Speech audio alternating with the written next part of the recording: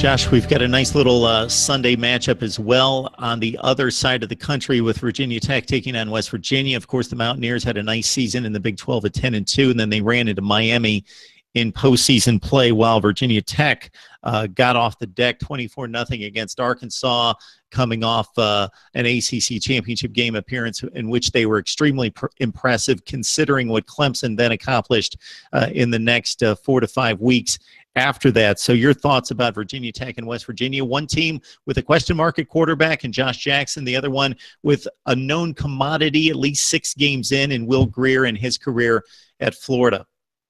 So this is another situation where I lean towards the team with the better quarterback. And when the better quarterback is playing on the underdog, I'm going to take the underdog. I think West Virginia wins this game outright.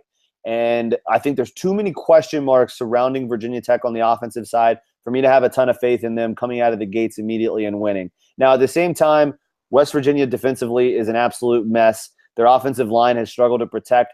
That worries me going up against a Virginia Tech defense that is probably the best Bud Foster's had in almost a decade. So there's a lot of reasons to like Virginia Tech. I get it, but I don't see why the Hokies are favored in this game by 4.5 points. Josh Jackson is a talented quarterback, but I look around him and I wonder, well, where is he going to throw the football? He's got Cam Phillips, but Cam Phillips isn't the vertical threat. He's not the home run threat that Isaiah Ford was, that Bucky Hodges was a year ago. They don't have those guys immediately. So maybe someone will emerge for Virginia Tech this season and be that vertical guy. But when I spoke to Justin Fuente earlier in August, that was his concern.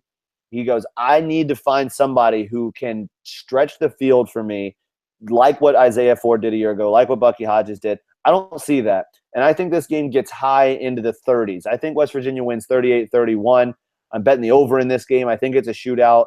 And in a shootout situation, I'm going to lean towards the quarterback who 2 years ago was on pace, I think, to have a Heisman caliber type season in Will Grier playing for Dana Holgorsen in that offense.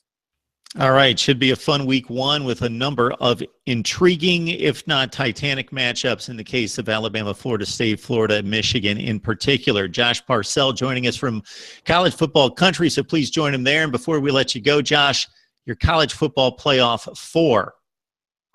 Okay, so this is really, really on a limb here, but I've got Alabama, I think, is going to run the table. I don't see anybody beating them this season, so they're going to be there. I think Ohio State runs the table as well. I think you see 2 undefeated teams in. I think Washington does enough to get into the playoff again this season.